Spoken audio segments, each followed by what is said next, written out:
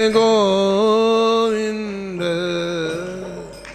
गोविंद राधे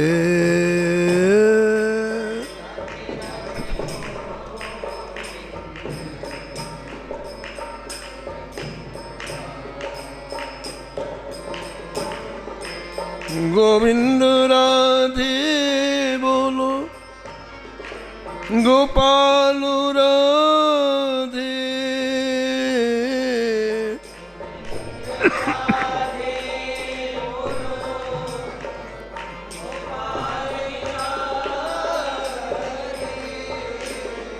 राधे राधे गोविंद गोविंद राधे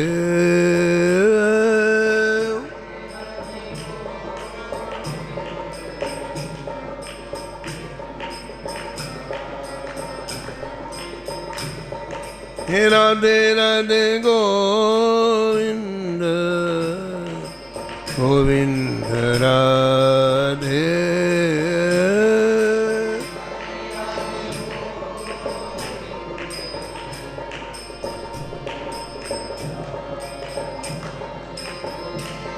श्री जानकी वल्लभ लाल की, श्री मंगल मूर्ति हनुमान जी महाराज की, सपरिकर श्री भक्तमाल जी की, श्री स्वामी अग्रदास जी महाराज की, श्री नाभाजी महाराज की, श्री प्रियादास जी महाराज की, सब संत भगवान की, श्री वृंदावन धाम की, श्री बांके बिहारी लाल की, श्री राधा वल्लभ लाल की, श्री गिरिराज जी महाराज की, श्री यमुने महारानी की, श्री रामनाम महाराज की, श्री महाराज जी की जय जय श्री राम।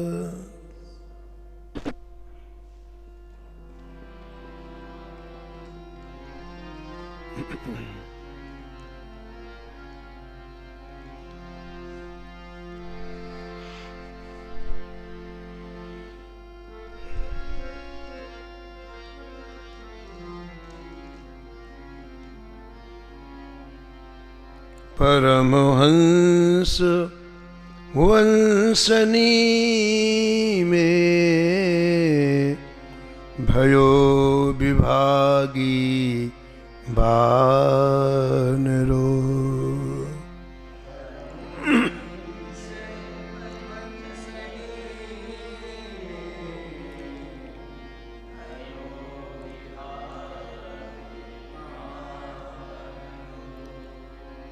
मुरधर खंड निवास भूप सब आज्ञाकारी,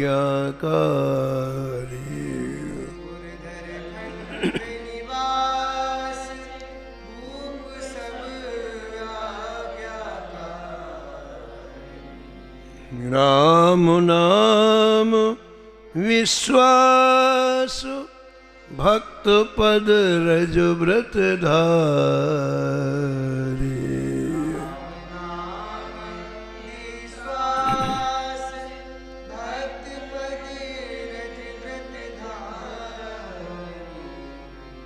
जगन्नाथ के द्वार डडो तन प्रभु पे धायो,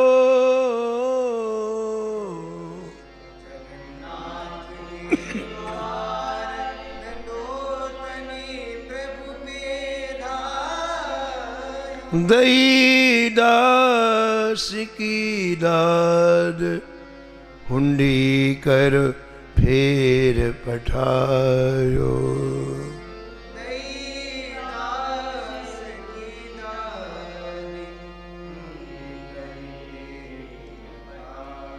सुर धुनी ओगो संसर्ग ते, सुर धुनी नाम बदल कुत्सित नरो,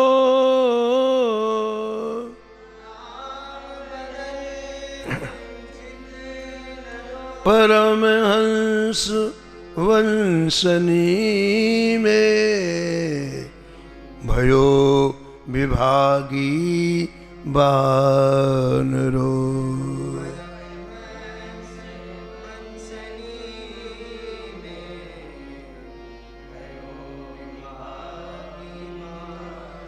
भयो विभागी बानरो।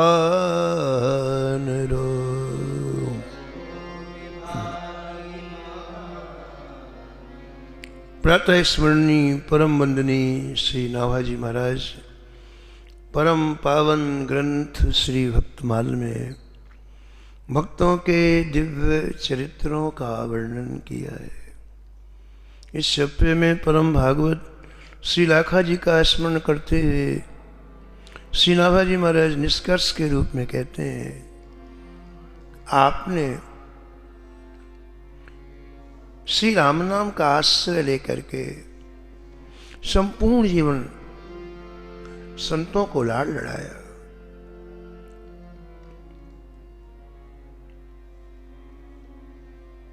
संत अपने लगने लग जाएं, संत अच्छे लगने लग जाएं, संतों की आवश्यकता जीवन में महसूस होने लगे, ऐसा समझना चाहिए।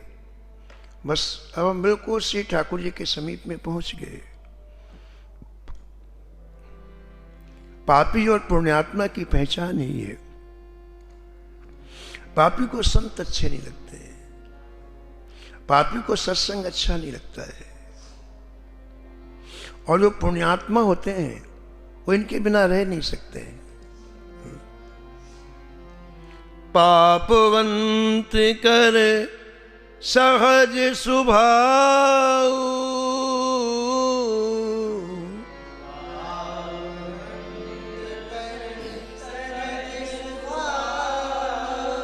भजन मोर तेहि भावना काऊ।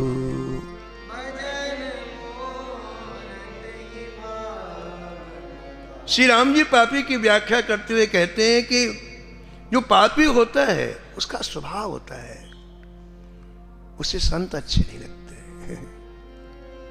काऊ माने संत, ये संत भावना का। और दूसरी बात, भजन अच्छा नहीं लगता है, कोसों दूर भागता भजन से। ये पापी की पहचान।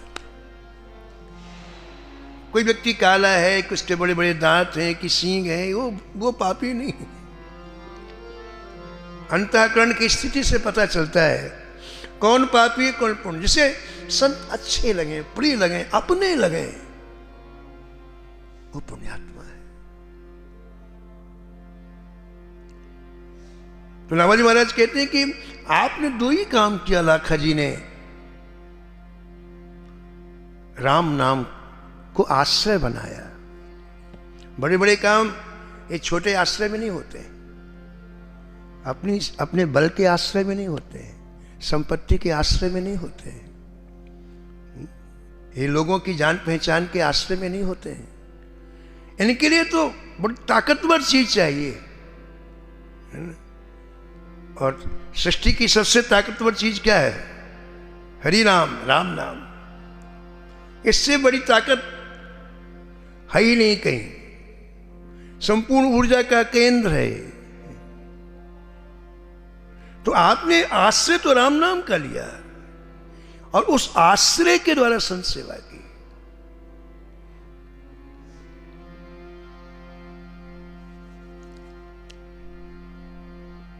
तो अंतःकरण इतना निर्मल हो गया। संत सेवा का तात्पर्य क्या है?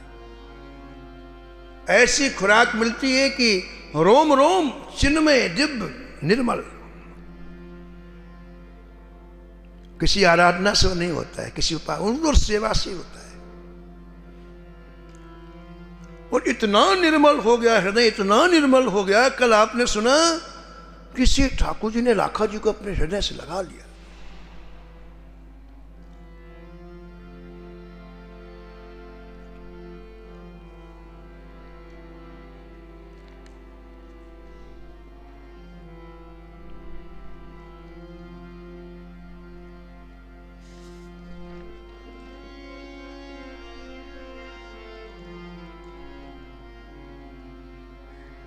श्री ठाकुर जी लाखा जी को छोड़ना नहीं चाहते हैं, इतना सुख मिल रहा है ठाकुर।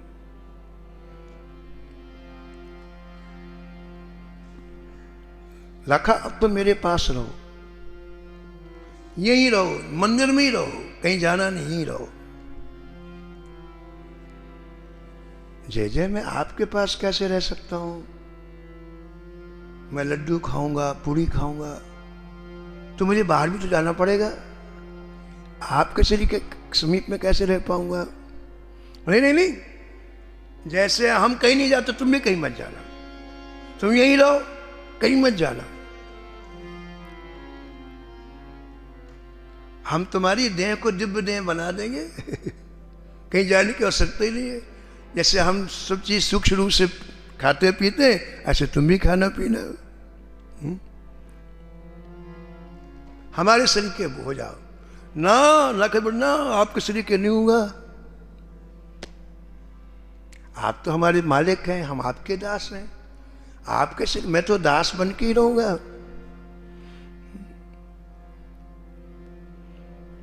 तो ठाकुर जी ने ऐसी व्यवस्था कर दी कि लाखा जी ठाकुर जी के पास रह जाते, कोई देख ही नहीं पाता, लोगों को दिखाई नहीं पड़ते। और लाखा जी श्री ठाकुर जी के पास रहकर उस ठाकुर जी के रूप माधुरी पीते।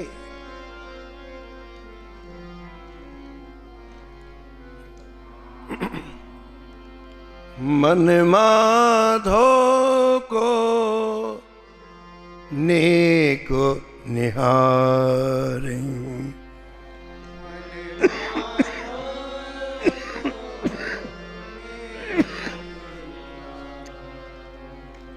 मन माधव को नेक निहारहि, मन माधव को नेक निहारहि, सुन सठ सदा रंक के धन जो, सुन सठ सदा रंक के धने, छिन छिन प्रभु ही संभारहि, छिन छिन। गोस्वामी कहते हैं कि अरे मन, माधव को संभालना सीख तू। जैसे एक अत्यंत गरीब व्यक्ति अपने पैसों को हर पल देखता, हर क्षण देखता है, कहीं गिर तो नहीं गए, कहीं कम तो नहीं हो गए। एक दिन में 1000 बार अपने पैसों को देखता है। ऐसे तो ठाकुर जी को संभाल, कहीं चले तो नहीं गए तेरे हृदय से। अरे मन, कहीं तेरे से निकल तो नहीं गए, संभाल उनको। शोभाशील ज्ञान गुण मंदिर,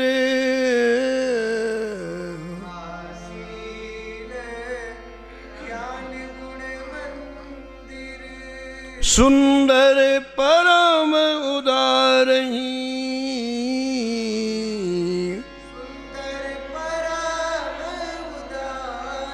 मन माधव को नेक निहारहि, मन माधव को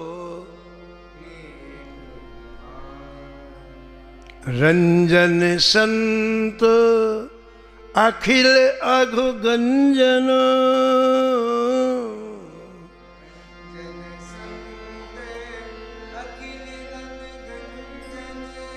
भंजन विषय विकारहि,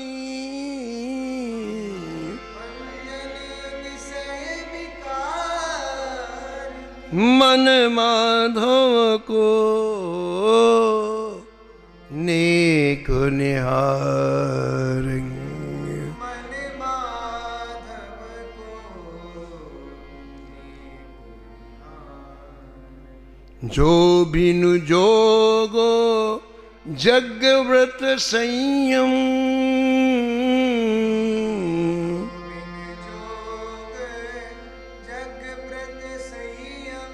गयो चहे भो पारहि,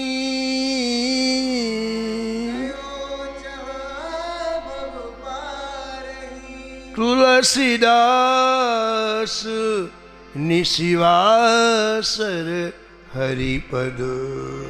तुलसीदास निशिवासर हरिपद कमल विसारई, हरिपद मन माधव को नेक निहारई। मन माधव को नेक निहारई, नेक निहारई।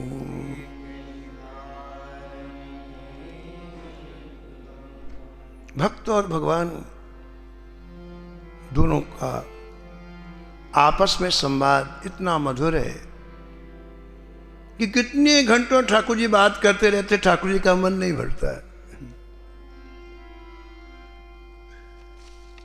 एक दिन बात करते करते ठाकुर जी ने पूछा,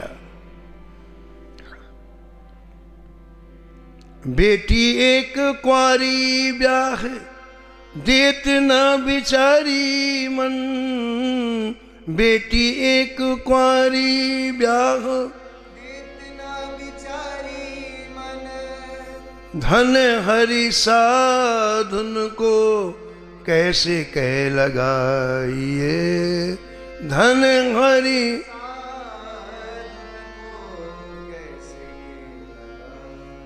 बात करते करते श्री ठाकुर जी ने लाखा जी की बेटी की बात चला दी। अरे लाखा, तुमने अभी तक अपनी बेटी का विवाह क्यों नहीं किया?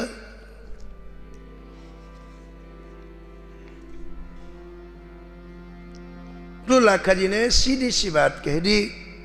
पहले तो चुप रहे, क्या उत्तर दूं? फिर सीधी सी बात कह दी कि जय जय, मेरे पास विवाह के लिए धन नहीं है, इसलिए मैंने नहीं की।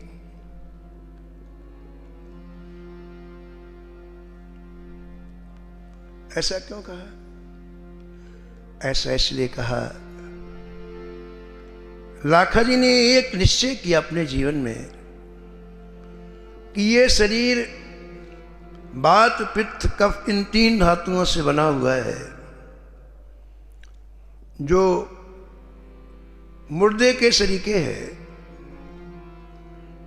और यदि इस शरीर से श्री ठाकुर जी के प्रेमियों की, भक्तों की, ज्ञानियों की, महापुरुषों की सेवा नहीं होती है तो मानव कहलाने योग्य नहीं है, वो पशुओं से भी नीच है। ये बात श्री नाभा जी के, लाखा जी के हृदय में बैठ गई।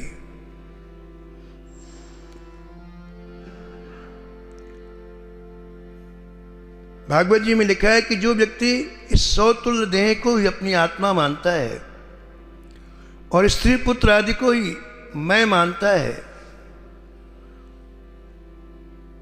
और केवल श्री विग्रह को ही इष्ट देव मानता है, लेकिन संत महापुरुषों के मन में, उसके हृदय में कोई महत्व नहीं है, तो मानव होने पर भी वो गधा है, ऐसा लिखा है। यतीर्थ बुद्धि सर्वे न करहिचित जनेषु भिज्ञेषु सएव गोखरः। सएव गोखरः, सएव गोखरः। तो आपके मन में ये बात बैठी है कि मेरे पास जो कुछ है, मेरा तन, मेरा मन, मेरा धन, मेरा परिवार, वो केवल संतों के लिए।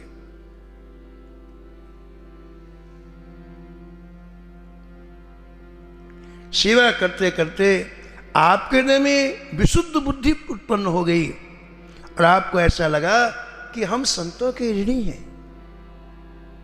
तो हमें वो ऋण चुकाना चाहिए। सारी सृष्टि संतों की ऋणी है। क्यों? क्योंकि ये कभी लेते नहीं है, देते ही रहते हैं। दीपुई करत कभू आप नहीं लेत है, देवई करत कभू आप नहीं। यदि कभी लेते ही नहीं है तो ऋण कैसे चुकता, देते ही हैं। सारे समाज को, सारे विश्व को, सारी सृष्टि को हमेशा देते ही रहते हैं। राखा जी ने विचार किया कि आज तक जो महान बना है वो किससे बना है? संतों के सत्संग से बना है।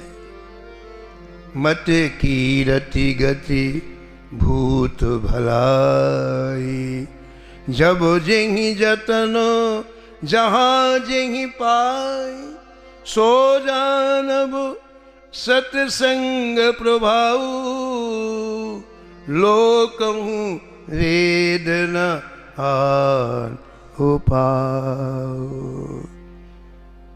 निस्वार्थ भाव से संत जगत का उपकार करते हैं। और जैसे वृक्ष परोपकारी होते हैं, वो फल देते हैं, छाया देते हैं, ऐसे संतों में करुणा रूपी छाया होती है। जो भी इनके समीप में जाता है, इनकी करुणा से उसे महाराज सुख प्राप्त होता है। और इतने में संतोष नहीं होता तो भक्ति रूपी फल भी दे देते हैं। करुणा छाया भक्ति फल, करुणा छाया एक कलयुग पाद पुरचे।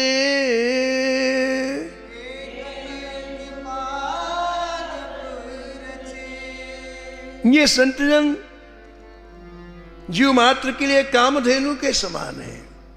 जहां कामधेनु रहती है वहां कोई कामना शेष नहीं रहती है, ऐसा नाभाजी ने कहा है।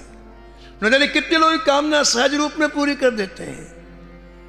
पर अर्थ परायण भक्त ये, पर अर्थ परायण कामधेनु कलयुग के।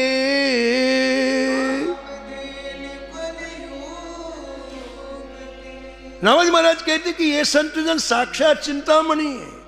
जहां चिंतामणि होती है वहां कभी अभाव होता ही नहीं है, सारी चीज अपने आप परिपूर्ण रहती है। अभिलाष अधिक पूर्ण करणो, अभिलाष अधिक ये चिंतामणि चतुर्दास।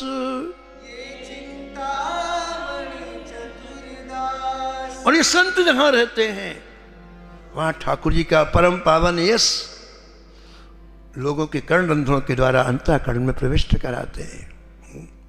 अमृत पूज कर पाती महाराज कहते हैं कितना भी भयंकर कलयुग है लेकिन दो अमृत अभी भी हैं, एक कथामृत और दूसरा नामामृत। पियो, छक्के पियो, खुला हुआ है। तो ये संतजन जीव मात्र को अमृत पिलाते हैं। करुणा छाया हरि सुयस प्रचुर कर जगत में, हरि सुयस ये कवि जन अतिशय उदार, ये कवि जन अतिशय उदार। अतिशय उदार क्यों कहा? संसार के लोग देंगे तो संसारी वस्तुओं को ही तो देंगे है? लेकिन ये क्या देते हैं?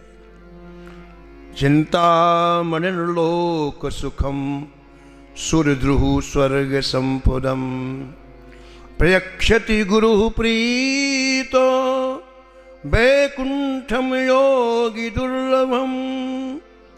चिंतामणि लौकिक सुख देती है, कल्पवृक्ष स्वर्लोक की भोग संपत्ति देती है, किंतु ये संतजन प्रसन्न हो जाए तो वैकुंठ पद प्रदान कर देते हैं, गोविंद को प्रदान कर देते हैं। इसलिए ऐसे संतों के हम ऋणी हैं, ऐसा लाखा जी विचार करते हैं। हृदय जब निर्मल होता है तो सुंदर सुंदर विचार आते हैं। तो ऐसे संतों का धन मैं कैसे बेटी के विवाह में खर्च कर दूं? और ग्रंथकार कहते हैं कि एक बात और नाभाजी के मन में आई कि ये जितने विवाह आदि कार्य हैं इनमें मन लगाना पड़ता है, बुद्धि लगाना पड़ता है, चित्त लगाना पड़ता है, समय लगाना पड़ता है। और उस व्यस्तता में ठाकुर जी भूल जाते हैं। कबीरा चित्त एक है, कबीरा चित्त चाहे जहां लगाए,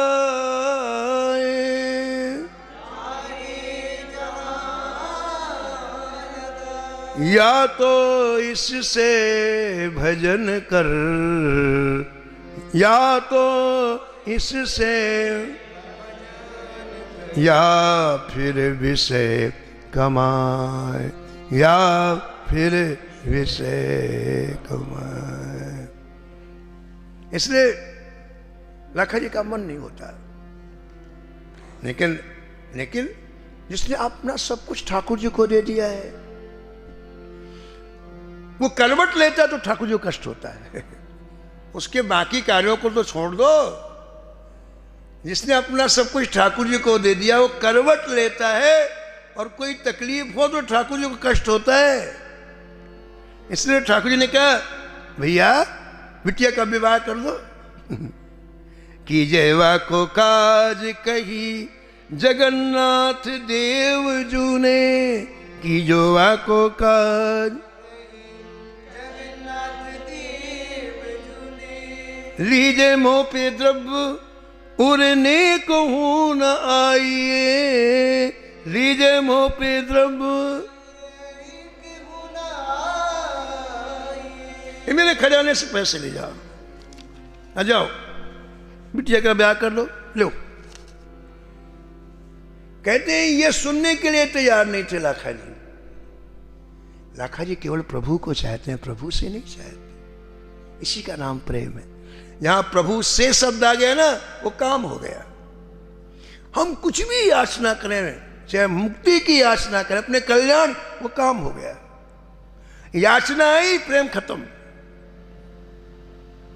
याचना, कामना प्रेम के प्रवाह को सोख लेती है।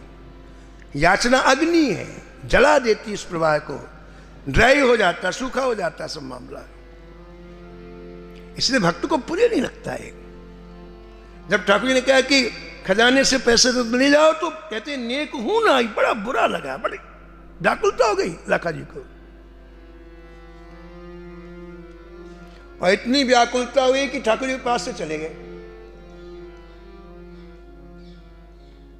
और बोले अब मैं जाऊंगा, अब मैं नहीं रहूंगा, और जाऊंगा तो ठाकुर से मिलूंगा भी नहीं। अब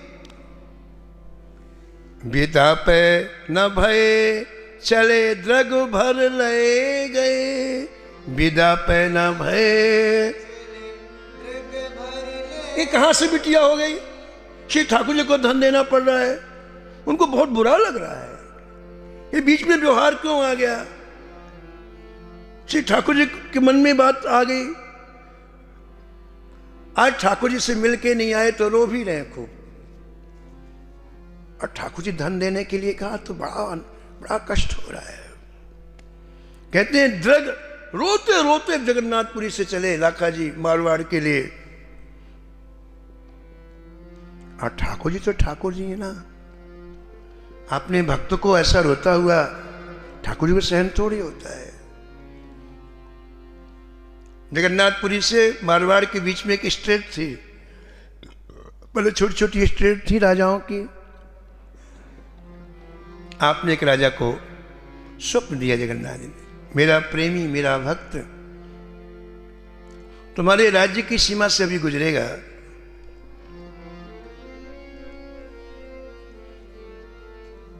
उसके विवाह के लिए, बेटी की विवाह के लिए तुम उसे आवश्यक धन प्रदान कर देना। बस इतना कहा ठाकुर जी ने। वो इतना प्रसन्न हुआ। ठाकुर जी किसी को सेवा के लिए कहें, ऐसा कितना बड़ा सौभाग्य। और इतना प्रसन्न हुआ, तुरंत व्यवस्था कर दी कि यहां से कोई व्यक्ति निकले उसको रोक लेना। लाखा जी आए, सैनिकों ने रोक लिया, आपको राजमहल चलना है, हमारे राजा को न बोले हम कहीं नहीं जाएंगे, हम अपने वहां जाएंगे। तो बोले हम जाने नहीं देंगे महाराज, या तो चल करके आप आरती करा लो, पूजन करा लो, तो नहीं तो हम जाने नहीं देंगे। राजा को सूचना दे दी। राजा पालकी लेकर के आए, बैंड बाजे से लेकर के अगवानी करा। जिसके लिए ठाकुर जी स्वप्न थे वो कोई कम महत्वपूर्ण है।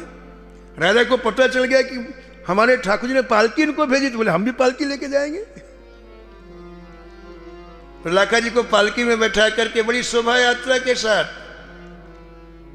राजा अपने राजमहल में ले गए। राम कृष्ण हरि जय जय राम कृष्ण हरि, राम कृष्ण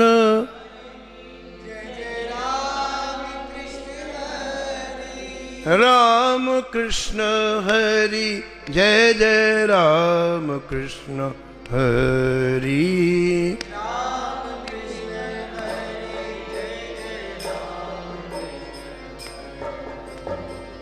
राम कृष्ण हरि जय जय राम कृष्ण हरि।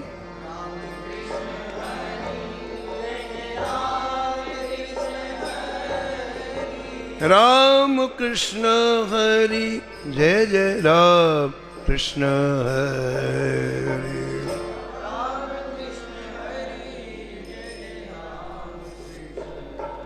बड़ा सम्मान किया राजा ने, भोजन कराया श्री लाखा जी को और 1 लाख रुपए चरणों में रखा। बोले क्या हटाओ। भगवान श्री ठाकुर जी ने मुझे स्वप्नादेश किया है कि आपकी बेटी विवाह के लायक है, इसलिए 1 लाख रुपए की हुंडी मैं आपको दे रहा हूं। आप ठाकुर जी का धन नहीं लेते और मैं आपका गुरु भाई तो हुआ, तो मेरा धन तो आप ले सकते हैं। आप संकोच न करें, ऐसे स्वीकार करें। अब लाखा जी विचार करने लगे कि ठाकुर जी से मिलके नहीं आई तो ठाकुर जी का अपराध हो गया। अब यदि इसका धन नहीं लेंगे तो भक्त का अपराध हो जाएगा, तो ठाकुर जी का अपराध और भक्त का 2 अपराध होने से काम बिगड़ जाएगा। स्वीकार कर लिया। महाराज आप आए हैं, इस संसारी कार भक्तों को ऐसे लगते हैं जैसे कोई भार रख दिया हो किसी ने। आकर के आपने कैसे भी करके मात्र 1000 में विवाह कर दिया अपनी बिटिया का, और 99,000 का बड़ा भारी भंडारा किया महाराज, बड़ा वाला झरा। उस समय तो कितनी पैसे की कीमत थी 500 वर्ष पहले। प्रियादास जी लिखते हैं, हुंडी 100,000 की, हुंडी 100,000 की, यूं लेके गृह द्वार आए, यूं लेके तामे लगायो 100 को बेटी ब्याह कियो है, तो में लगाए 100। प्रियादास जी तो कहते हैं कि 1000 नहीं 100 रुपए लगाया। 101 माने 100 रुपए लगाया बेटी के ब्याह में, और 99,900 खर्च किए संतों के सेवा में। और सब संतन बुलाए के खवाए दिए, और सब संतन लिए पगदासी सुखरासी पन लियो है, लिए पगदासी। इतने संतों की चरण रस प्राप्त करके आज लाखा जी प्रसन्न हो रहे हैं। जितने संत आते उनके चरण रस से अभिषेक करते। प्रियादास जी कहते हैं कि इन भक्तों के चरण रस का स्पर्श करके आपको जो सुख मिला उसका वर्णन नहीं किया जा सकता है। दास सुख राशि पन लियो है, और अपने मन में दृढ़ प्रतिज्ञा की कि मैं जितने जन्म लूं हर जन्म में ऐसे संतों की सेवा करूं। नाथ मेरे जितने जन्म मिले मुझे इस अवसर प्रदान किया जाए कि इसी तरह संत आते रहें, उनकी चरण से मैं अभिषेक करता रहूं, उनकी सेवा करता रहूं।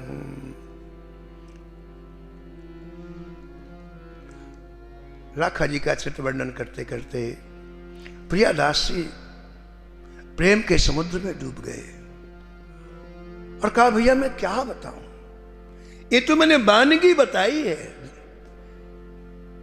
वानगी होती है ना, कहीं आप कपड़ा खरीदने जाओ वो सैंपल रखे रहते हैं, ये कपड़ा चाहिए कि ये कपड़ा, वानगी छोटा सा पीस कपड़े का, बाकी कपड़ा तो उनके भंडार में रखा है। ऐसे कहते कि ये चरित्र जो मैंने अभी लाके वानगी है, एक नमूना है, लेकिन इन संतों के अपार चरित्र हैं, जैसे ठाकुर जी के अपार चरित्र हैं, हरि अनंत हरि कथा अनंत। ऐसे संतों के साथ ठाकुर जी ने जो लाड लड़ाया उसकी अत्यंत असंख्य घटनाएं हैं, उनमें से कुछ मैंने वर्णन किया है। चरित्र अपार कछु मति अनुसार कहो, चरित्र अपार लहो जिन स्वाद सो तो पाई निधि जियो है, लहो जिन स्वाद पाई निधि जियो है, पाई निधि जियो है। कहते हैं कि ये प्रेम का भंडार जिन्हें प्राप्त हो गया, चरित्रों में स्वाद होता है, जिन्हें स्वाद मिल गया, असली जीवन तो उन्होंने जिया है। भक्तों के चरित्रों का स्वाद जिसे इस मानव जीवन में मिल गया, श्री प्रियादास जी कहते हैं कि वस्तुतः जीवन उन्होंने जिया है। इसका तात्पर्य क्या है? प्रियादास जी कहते हैं कि जैसे लाखा जी ने संतों के लिए तन अर्पण कर दिया, मन अर्पण कर दिया, धन अर्पण कर दिया, ऐसे मानव जीवन प्राप्त करके हमें भी यह सुख लूटना चाहिए। बोलो भक्तवत्सल भगवान की। लाखा जी के चरणों में प्रणाम करते हुए हम लोग श्री लाखा जी के श्री चरण कमलों में प्रार्थना करते हैं कि जैसे आपका अंतःकरण संतों के लिए समर्पित है, आप हम अनुग्रह करें, हम लोगों के हृदय में भी ऐसा बीज अंकुरण हो जाए कि संत हम लोगों को निष्कपट अच्छे लगने लग जाएं। नमो